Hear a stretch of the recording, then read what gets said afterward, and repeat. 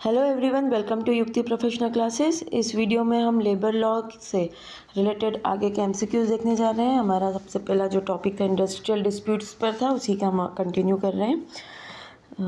चलिए स्टार्ट करते हैं। If an industrial disputes affects establishment situated in multiple states, to whom can it be referred.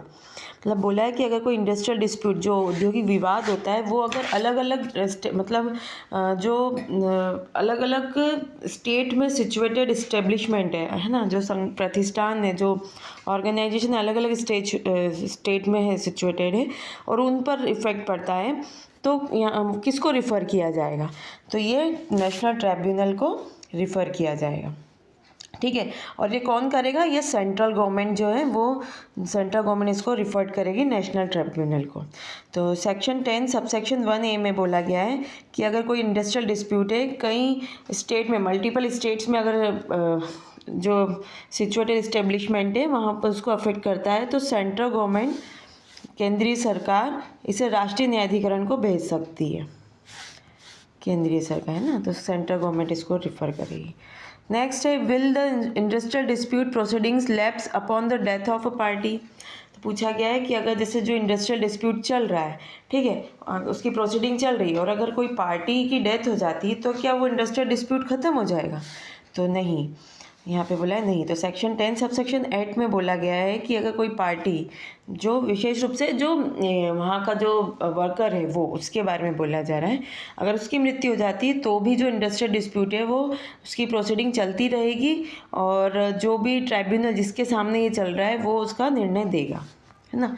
तो ख़त्म नहीं होगी उसके, जैसे सिविल सूट्स में जनरली ये होता है कि अगर एक पार्टी की डेथ हो जाती है तो उसका लीगल हायर आ जाता है ना, और क्रिमिनल जो सूट्स होते हैं बगैर, तो उसमें क्या होगा कि जो एक्यूज है, अगर उसको मतलब वो उसकी डेथ हो गई, तो फिर वहाँ पे वो ख़त्म हो जाता है, क्योंकि जिसको मेन एक्यूज है, जिसको हमें पनिश करना है, वो नहीं बचा, तो वहाँ पे ख़त्म हो जाता है। ये वैसे ही इंडस्ट्रियल डिस्प्यूट्स में ऐसा है कि जो वर्कर है उससे रिलेटेड अगर कोई कंपनसेशन से रिलेटेड है, कुछ भी डिस्प्यूट है, तो फिर उसके जो भी साथ वाले होंगे, जो उनके अगेंस्ट हो जाएगा, मतलब उनको उस चीज़ का बेनिफिट मिल जाएगा।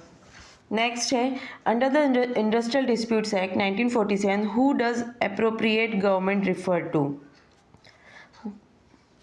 ठीक है, मतलब जो इसमें अप्रोप्रिएट गवर्नमेंट बोला है, वो किसके लिए बोला है, किसको मतलब वो कर रहा है रिफ़र?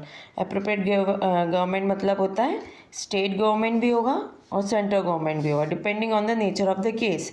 केस के अकॉर्डिंग यहाँ पे हम अप्रोप्रिएट गवर्नमेंट का यूज़ करेंगे। ठीक है, मतलब अगर कोई डिस्प्यूट सेंट्रल से रिलेटेड कुछ होगा तो वहाँ सेंट्रल गवर्नमेंट आ जाएगी, और अगर कभी स्टेट से रिलेटेड है, तो स्टेट अगर इफेक्ट हो रहा है स्टेट से, तो वहाँ पर स्टेट गवर्नमेंट आ जाएगी। तो सेक्शन 2 सबसेक्शन A में बोला गया है कि यदि कोई डिस्प्यूट अगर केंद्रीय सूची में किसी उद्योग से संबंधित है, मतलब जो सेंट्रल लिस्ट है उसके किसी इंडस्ट्री से रिलेटेड अगर है, तो अप्रोप्रिएट मतलब गवर्नमेंट मतलब हो जाएगा सेंट्रल गवर्नमेंट, और अगर जो स्टेट लिस्ट से रिलेटेड है तो वहाँ पे स्टेट गवर्नमेंट हो जाएगा।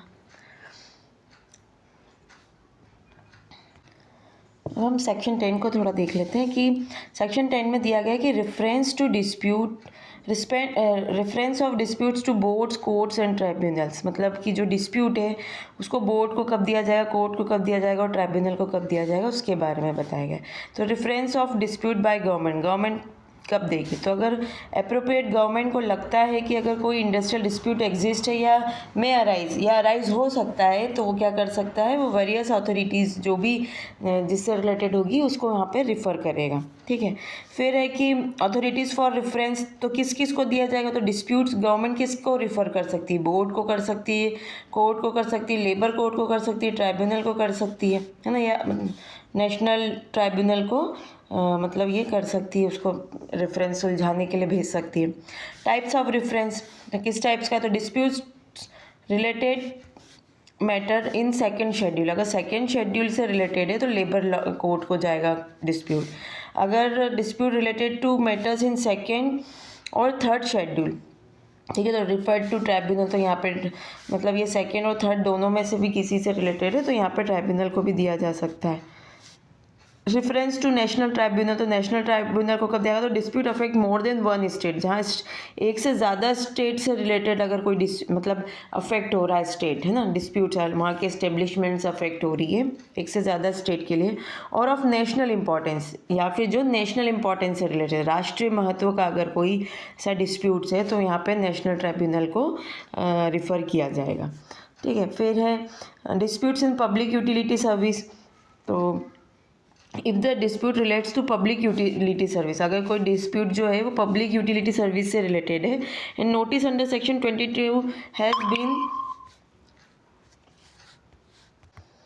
तो नोटिस जो है वो सेक्शन 22 के तहत has been given, the government must refer to it for adjudication unless it finds the notice to be frivolous, है ना। तो जब तक ये लगता है कि अनुचित नहीं मानता है तब तक इस नोटिस को क्या करें, मतलब न्यायिक निर्णय के लिए भेजा, सरकार इसको भेज सकती है। अगर ये सार्वजनिक उपयोगिता सेवा वाला है और नोटिस भेजा गया है, ठीक है, तो गवर्नमेंट उसके निर्णय के लिए क्या करेगी, भेज सकती है, जो भी प्रॉपर अथॉरिटी है उसको। लेकिन नोटिस अगर ऐसा लगता है कि ये झूठा है तो फिर नहीं भेजेगी। Application for reference by parties, अब if the majority of both parties apply the government must refer the dispute, अगर पार्टीज़ जो है इसकी मेजोरिटी से अगर बोलती है कि गवर्नमेंट को किसको डिस्प्यूट को रिफ़र किया जाए तो यहाँ पे रिफ़र कर दिया जाएगा। टाइम लिमिट फॉर एडजुडिकेशन, ठीक है, एडजुडिकेशन के लिए क्या टाइम लिमिट है, तो time limit is set for labour court, tribunal और national tribunal to submit their awards, तो यहाँ पे टाइम लिमिट दिया गया है इस वाले इसमें। ठीक है, once a dispute is referred the government can prohibit any ongoing strike और लॉक आउट, है ना। तो अगर डिस्प्यूट को रिफ़र कर दिया है गवर्नमेंट ने, एक बार कर दिया, तो गवर्नमेंट क्या करेगी, प्रोहिबिट कर देगी, अगर कोई स्ट्राइक चल रहा हो, ठीक है, हड़ताल चल रही हो या लॉकआउट चल रहा हो या तालाबंदी चल रही हो, तो कोर्ट क्या करेगी, उसको रोक देगी। ठीक है, फिर स्कोप ऑफ एडजुडिकेशन, तो एडजुडिकेशन का स्कोप क्या है, तो द ट्राइब्यूनल और labour court must confine itself to the points of dispute mention in the reference order, मतलब जिस रेफरेंस तक, जिस पॉइंट ऑफ डिस्प्यूट से वहीं तक ही वो रेफरेंस मतलब ऑर्डर रहेगा इसमें। ठीक है, तो यहाँ पे हमने इंक्लूजन ऑफ अदर इस्टेब्लिशमेंट, तो if a dispute affect similar establishment, अगर सिमिलर उसी टाइप के कोई इस्टेब्लिशमेंट है, अगर उसको डिस्प्यूट अफेक्ट कर रहा है तो गवर्नमेंट क्या कर सकती है, उनको भी इंक्लूड कर सकती है रेफरेंस के लिए। Jurisdiction of a national tribunal, तो once a disputes is referred to national tribunal, labour court और tribunal loss jurisdiction over it, एक बार अगर नेशनल ट्राइब्यूनल को दे दिया है तो लेबर कोर्ट और जो ट्राइब्यूनल जो है वो अपना जुडिक्शन ख़त्म कर देंगे। ठीक है, उनको फिर नहीं होगा, उनको नहीं रिफ़र किया जा सकता है। Proceedings do not lapse, the death of workman और any party does not end the proceedings, अगर किसी की डेथ हो जाती है तो प्रोसीडिंग रुकेगी नहीं। Central and state government role जो है, if a dispute is referred to a national tribunal, some function of the state government are referred to the central government, तो अगर नेशनल ट्राइब्यूनल को कर दिया गया है तो फिर जो स्टेट गवर्नमेंट के जो फंक्शंस थे वो सेंट्रल गवर्नमेंट के पास चले जाएंगे। नेक्स्ट है who has the power to determine the procedure to be followed by labour courts, tribunals और national tribunals under the industrial dispute act, तो कौन है जो किसके पास ये पावर है कि वो लेबर कोर्ट, ट्राइब्यूनल और नेशनल ट्राइब्यूनल जो है उसकी प्रोसीजर को डिटरमाइन करें, तो ये पावर है द कंसर्न अथॉरिटी इटसेल्फ, तो वो खुद जो अथॉरिटी मतलब लेबर कोर्ट है तो उसी को ही अपनी प्रोसीडिंग बनाने का पावर है। ठीक है, फिर अगर ट्राइब्यूनल है तो वो ट्राइब्यूनल खुद अपनी प्रोसीडिंग बनाएगी। तो सेक्शन 11 सब सेक्शन 1 इसके बारे में बताता है कि arbitrator, labour courts, tribunals and national tribunal have the power to determine their own procedure subject to rules made under the act में के अंदर जो rules बनाए उसको ध्यान में रखते हुए वो ये जो अथॉरिटी है स्वयं अपनी प्रोसीडिंग बना सकती है। what is required before a conciliation officer can enter an establishment for inquiry, ठीक है, तो एक सुलह अधिकारी को किसी प्रतिष्ठान में जांच के लिए प्रवेश करने से पहले क्या आवश्यक होता है। ठीक है, तो जो कंसिलेशन करने वाला जो ऑफिसर है वो अगर जांच कर रहा है तो उसको क्या ज़रूरी है, सबसे पहले तो उसके पास रीजनेबल नोटिस होना चाहिए, तो उसको पहले रीजनेबल नोटिस देगा वो। तो कंसिलेशन ऑफिसर और presiding officer of labour court और tribunal can enter an establishment related to an industrial dispute. तो वो इंडस्ट्रियल डिस्प्यूट से रिलेटेड जो भी इस्टेब्लिशमेंट है उसमें इंटर कर सकते हैं कौन, लेबर कोर्ट या ट्राइब्यूनल कोर्ट के जो भी कंसिलेशन ऑफिसर है या प्रिसाइडिंग ऑफिसर है। लेकिन कब, अगर उन्होंने रीजनेबल नोटिस दिया है तो ये सेक्शन 11 सब सेक्शन 2 में बोला गया कि रीजनेबल नोटिस देने के बाद ही ये उस इस्टेब्लिशमेंट में इंटर कर सकते हैं। Which of the following powers does the labour court not have under the industrial dispute act. तो लेबर कोड के पास नहीं है इसमें से कौन सी पावर, तो imposing criminal penalties labour code नहीं लगा सकती, ठीक है। तो क्या लगा सकती है, enforcing the attendance of any person, तो किसी भी पर्सन को बोल सकती है कि कोर्ट में उपस्थित हो, इन्फोर्स कर सकती है। Compelling the production of document दिखाने का के लिए विवश कर सकती है। Issuing commission for witness examination, है ना, तो विटनेस के एग्जामिनेशन के लिए कमीशन कर सकती है, लेकिन वो कोई क्रिमिनल पेनल्टीज़ नहीं लगा सकती है। सेक्शन 11 सब सेक्शन 3 में ये मेंशन किया गया है कि labour code has power similar to a civil code, ठीक है, अंडर द CPC जो code of civil procedure code जो है उसके अंतर्गत जो सिविल कोड के सारे पावर्स है वो इसको भी, such as summoning witness, examining them and under the oath. However, it cannot impose criminal penalties which fall under the jurisdiction of criminal courts, ठीक है। नेक्स्ट है which section of the Indian Penal Code applies to judicial proceedings under section 11 of the Industrial Dispute Act। मतलब IPC की कौन सी ऐसी धारा है, section है जो इंडस्ट्रियल डिस्प्यूट एक्ट के सेक्शन 11 के तहत उस पर मतलब लागू होती है। तो IPC की जो धारा है सेक्शन 193 एंड 228 ऑफ IPC ये अप्लाई होगी। All proceedings before labour court tribunals national tribunals are consider judicial proceeding. तो ये जुडिशियल प्रोसीडिंग कंसिडर की जाएगी, इनकी जो भी प्रोसीडिंग होगी under section 193 false evidence and 228 जो insulting public servant of the IPC। तो यहाँ पे सेम वो ही वहाँ पे अप्लाई होगा, ठीक है। मतलब IPC की ये जो 2 सेक्शन है same as it is in court पे भी लागू होगी, वहाँ की प्रोसीडिंग पर भी लागू होगी। Who among the following is consider a public servant under section 11 of the industrial dispute act. तो इंडस्ट्रियल डिस्प्यूट एक्ट में के सेक्शन 11 के तहत कौन इसमें से लोक सेवक होगा, ठीक है, पब्लिक सर्वेंट। तो इसमें कंसिलेशन ऑफिसर है, ये है, ठीक है, presiding officer of labour court, member of the board of court, ये सभी क्या कहलाएंगे, पब्लिक सर्वेंट। तो section 11 subsection 6 conciliation officers, board members and presiding officer of the labour court tribunal और national tribunal are deemed to the public servant under section 21 of the IPC। जो Indian penal code के section 21 में दिया गया है उसके according ये public servant कहलाएंगे। कौन कौन है पब्लिक सर्वेंट, तो ये ध्यान रख लीजिएगा, बोर्ड मेंबर, कंसिलेशन ऑफिसर और प्रिसाइडिंग ऑफिसर किसके, लेबर कोर्ट के, ट्राइब्यूनल के, नेशनल ट्राइब्यूनल के। नेक्स्ट है how are the cost of proceedings before labour court tribunal और नेशनल ट्रिब्यूनल डिटरमाइंड। तो इनकी कॉस्ट कैसे निर्धारित की जाएगी, इन कोर्ट की जो कॉस्ट आएगी वो कैसे की जाएगी, तो at the description of the concern authority, जो जिस अथॉरिटी के तहत ये चल रहा है केस डिस्प्यूट, है ना, तो उसी कंसर्न अथॉरिटी के तहत वो डिसाइड किया जाएगा। How is an award made by labour court executed. अब लेबर कोर्ट ने कोई अवार्ड एग्जीक्यूट किया है तो कैसे, मतलब उसको अवार्ड दिया तो उसको कैसे एग्जीक्यूट किया जाएगा, तो as per order 21 of the CPC। जो CPC में डिक्री को जो उसके एग्जीक्यूशन के बारे में ऑर्डर 21 बोलता है, रूल्स दिए गए हैं उसमें, है ना, उसके एग्जीक्यूशन से रिलेटेड रूल्स ऑर्डर 21 में दिए हैं, तो उसी के अकॉर्डिंग यहाँ पे भी अवार्ड को एग्जीक्यूट किया जाएगा। तो under section 11 subsection 9 and 10 any award order made by a labor court or tribunal is executed like a decree की तरह ही होगा under order 21 of the CPC, meaning it follows the same process as a civil court judgment। तो same वैसा ही वो procedure जो civil court judgement का है वैसा फॉलो करेगा। Procedure and power of conciliation officer, board court and जो tribunals के बारे में थोड़ा ब्रीफली देख लेते हैं। तो arbitration board, labour court, tribunal और ये जो भी सब है अथॉरिटीज़ होगी वो अपनी खुद की प्रोसीजर को मतलब बनाएंगे, फॉलो करेंगे, खुद ही बनाएंगे, फॉलो करेंगे जो भी रूल्स है, लेकिन वो एक्ट के तहत जो रूल बनाए उसको ध्यान में रखते हुए।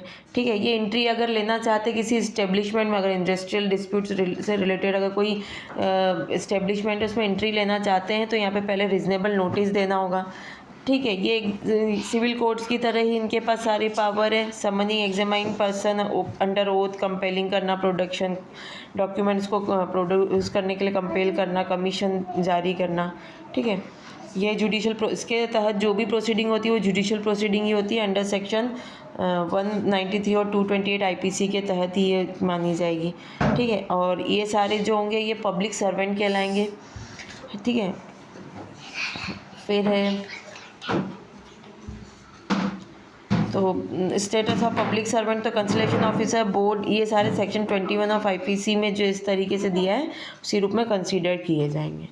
ठीक, और इसकी जो कॉस्ट होगी ये कॉस्ट भी यही जो है full description over cost allocation, तो ये खुद ही अपने कॉस्ट एलोकेशन का मतलब डिसाइड करेंगे।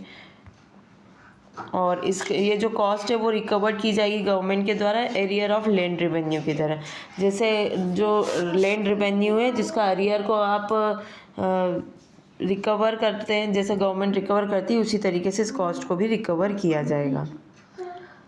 और जो अवार्ड दिया जाएगा, ऑर्डर दिया जाएगा, वो सेम वैसे ही एग्जीक्यूट किया जाएगा जैसे जो सीपीसी के ऑर्डर 21 के अंतर्गत दिया गया, जैसे एक डिग्री की तरह, डिग्री के सारे रूल्स रेगुलेशन इस पर लागू हो जाएंगे। नेक्स्ट है under section 11A, who has the power to review cases of unjustified dismissal of workman. अगर किसी वर्कर की क्या हुआ कि उसको बर्खास्त कर दिया, डिसमिसल कर दिया, और वो अनजस्टिफाइड तरीके, जस्टिफाइड तरीके से नहीं किया, अनुचित तरीके से उसको कर दिया है ना, तो उसमें यहाँ पर उसका जो समीक्षा रिव्यू करनी है वो किसके पास पावर, किस अथॉरिटी के पास वो पावर होगी जो उसको, तो यहाँ पर लेबर कोर्ट, ट्राइब्यूनल और नेशनल ट्राइब्यूनल जो है इन्हीं के पास उसको डिटरमाइन करने के लिए पावर है। Under section 11A, labour court, tribunal and national tribunal can review cases where workman has the wrongfully discharge और dismissed and provide relief accordingly. What action can be labor court take if it is find workman's dismissal unjustified? तो अगर कि labour court को ये पता पड़ता है कि जो इसका डिसमिसल किया है वर्कमैन का वो अनजस्टिफाइड है, ठीक है, तो फिर क्या करेगा लेबर कोर्ट, तो लेबर कोर्ट क्या करेगा कि वो दे देगा ऑर्डर री इंस्टेटमेंट ऑफ द वर्कमैन, उसके वापस से उसको अपॉइंटमेंट किया जाए, अवार्ड लेसर पनिशमेंट, कम सज़ा का अवार्ड दे सकता है, या फिर provide other relief like compensation, या कंपनसेशन दिला सकता है, तो उपरोक्त सभी इनमें से कुछ भी दिला सकता है। ठीक है, तो यहाँ पर labour court have the power to reinstate, उसको वापस वर्कर को वापस लाने के लिए, modify the punishment instead of dismissal करने की बजाय आप क्या कर दो, उसको पनिशमेंट दे दे, ठीक है, या फिर उसको कंपनसेशन के लिए बोल दिया जाएगा। फिर what is the key restriction under section 11A while adjudicating disputes. जब सेक्शन 11A में बोला गया है कि अगर जो डिस्प्यूट्स है उसको जब एडजुडिकेटिंग कर रहे हैं, उसका निपटारा कर रहे हैं, तब उस पर क्या रेस्ट्रिक्शन लगाया जा सकता है। ठीक है, तो the tribunal can only rely on materials already on record, जो रिकॉर्ड पे दिए गए मटेरियल्स है केवल उन्हीं पर भरोसा करके यहाँ पे डिसीजन दिया जाएगा। तो according to section 11A the tribunal can not consider fresh evidence, वो फ्रेश एविडेंस नहीं लेंगे वाइल मेकिंग अ डिसीजन, जब डिसीजन ले रहे हैं। It may rely on only the materials already present on record, जो ऑलरेडी उनके सामने प्रेजेंट कर दिया है उस पर ही रिलाई करेंगे, अलग से यहाँ पे कोई वो सबूत या एविडेंस मांगेंगे नहीं। When was the section 11A inserted into the industrial dispute act, तो कौन से सन में लाया गया था, ये 1971 में लाया गया था सेक्शन 11A को। सेक्शन 11A क्या बताता है कि introduce in 1971 empowers labour court in case of wrongful dismissal and ensure that workman receive fair treatment. तो इस सेक्शन को इंसर्ट किया गया था 1971 में। ठीक, which landmark cases confirm that labour courts can modify punishment under section 11A। जो labour code जो है अंडर सेक्शन 11A के अंतर्गत मतलब जो पनिशमेंट दी गई है उसको चेंज कर सकता है, मॉडिफाई कर सकता है। ये ऐसा किस केस लॉ में कहा गया था? ठीक है, तो ऐसा जो किया था Indian iron and steel company limited versus workman के केस में क्या कहा गया था? सन 1958 में कहा गया था। In this case, the Supreme Court ruled that labor tribunals have the power to modify harsh punishment. वो harsh punishment को modify कर सकते हैं लेबर कोर्ट या ट्राइब्यूनल, उनके पास ये पावर है। गिवन टू वर्कर्स को जो दिया गया है, and ensure fairness in industrial dispute को में फेयरनेस लाने की कोशिश की जाएगी। Which of the following is not a power given a labour court under section 11A? तो 11A के अंतर्गत जो पावर दी गई है इसमें से कौन सी नहीं दी गई है? ठीक है, तो रीइंस्टेटिंग, हाँ, तो अगर उसको रॉन्गफुल डिसमिस कर दिया तो वापस लाने के लिए बोला जा सकता है। ठीक है, सज़ा को कम करने के लिए बोला जा सकता है, और ग्रांटिंग कंपनसेशन के लिए बोला जा सकता है। लेकिन इम्पोजिंग पनिशमेंट हार्शर देन डिसमिजल से मतलब हार्श ज़्यादा कठोर सज़ा देने की बात नहीं की गई है, इसमें कम देने के लिए कहा गया है। ठीक है, what is the main objective of section 11A? Section 11A का मेन ऑब्जेक्टिव क्या था? तो to empower labour court in reviewing unjustified dismissal. तो यहाँ पे लेबर कोर्ट को पावर देना था, उसको ही सक्षम बनाना था, सशक्त करना था ये बात के लिए कि अगर जो उनको अनुचित तौर से जो डिसमिसल किया जा रहा है तो उसके बारे में लेबर कोर्ट उसकी समीक्षा कर सके, उससे देख सके कि ये सही भी था या नहीं था, इसलिए लाया गया। नेक्स्ट है, a settlement reached outside conciliation proceedings is binding on home. ठीक है, तो जो कंसिलेशन प्रोसीडिंग है उसके बाहर अगर कोई सेटलमेंट किया गया है, प्रोसीडिंग न करते हुए उसके बाहर अगर कोई सेटलमेंट हो गया तो वो किस पर इन्फोर्स होगा, किस पर बाध्यकारी होगा? तो केवल पार्टीज टू द एग्रीमेंट, तो एग्रीमेंट की जो पार्टीज होगी ना उन्हीं पर लागू होगा ये। तो सेक्शन 18 सबसेक्शन 1 बोलता है settlement reached outside conciliation proceeding. अगर कंसिलेशन प्रोसीडिंग के बाहर जाकर अगर कोई सेटलमेंट किया है तो is binding only on the parties to the agreement, सिर्फ और सिर्फ एग्रीमेंट के पार्टीज़ को होगा। Unlike settlements reached through the conciliation which bind a large group, अगर वो कंसिलेशन प्रोसीडिंग के थ्रू अगर सेटलमेंट होता है तो वो लार्ज ग्रुप को बाइंड होता है। Private settlements are limited to those directly involve, private settlement जो होगा डायरेक्ट उन पर ही इन्वॉल्व होगा, मतलब लागू होगा जो इस मतलब उसमें पार्टीज़ होंगे जो उसमें इन्वॉल्व होंगे। ठीक है, और अगर वो कंसिलेशन के थ्रू होता तो फिर इसमें मतलब बड़े ग्रुप को, लार्ज ग्रुप को भी ये एप्लीकेबल होता। नेक्स्ट है, N arbitration award that has become enforceable is binding on home. अब अगर आर्बिट्रेशन अवार्ड दिया गया है, ठीक है, दिया गया है और वो इन्फोर्सेबल है तो वो किस पर फिर बाइंड होगा? अगर उसको इन्फोर्स किया जाता है तो किस पर बाइंड होगा? तो ये the parties who refer the dispute to arbitration, तो उन्हीं को लागू होगा जो आर्बिट्रेशन के लिए पार्टीज़ जो है डिस्प्यूट को आर्बिट्रेशन के लिए रिफ़र करती हैं, उन पार्टीज़ पर वो अवार्ड लागू होगा। ठीक है, आर्बिट्रेशन के केस के लिए बोला है। As per section 18 sub section 2 N arbitration award that has become enforceable is binding only on the parties who refer the disputes to arbitration. It does not apply automatically to other employees or future hires. इन पर लागू नहीं होगा। Arbitration के case का बोलते हैं।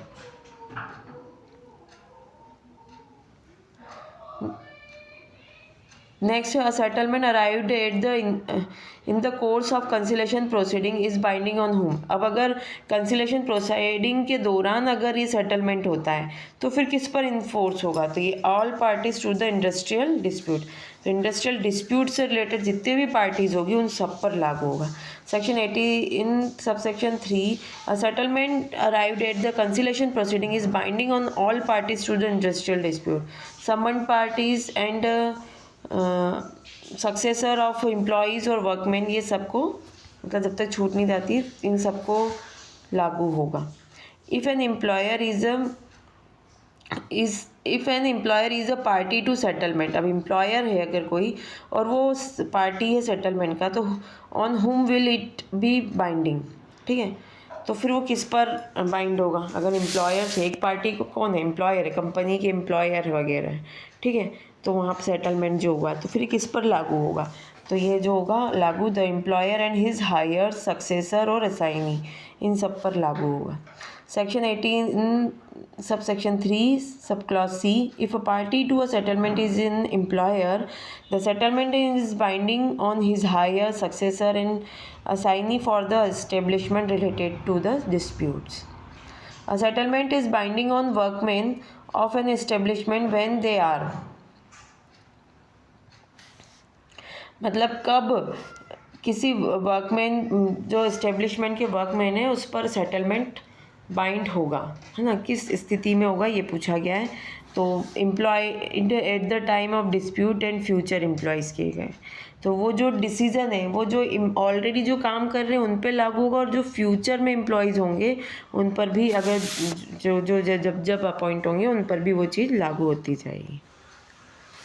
Section 18 subsection 3 clause D, if a settlement और award is enforceable होता है वो, और it applies to all workman who were employed at the time of the dispute, तो डिस्प्यूट के दौरान जितने भी एम्प्लॉयड व्यक्ति थे वो, और and to all other employees in the future employees in the establishment, तो इस्टेब्लिशमेंट के जो फ्यूचर एम्प्लॉयज़ जो होंगे उन पर भी ये लागू होगा। चलिए आज के लिए इतना ही, मिलते हैं हम नेक्स्ट वीडियो में। Thank you. अगर आपने मेरे चैनल को सब्सक्राइब नहीं किया तो मेरे चैनल को सब्सक्राइब, शेयर, लाइक ज़रूर करिए।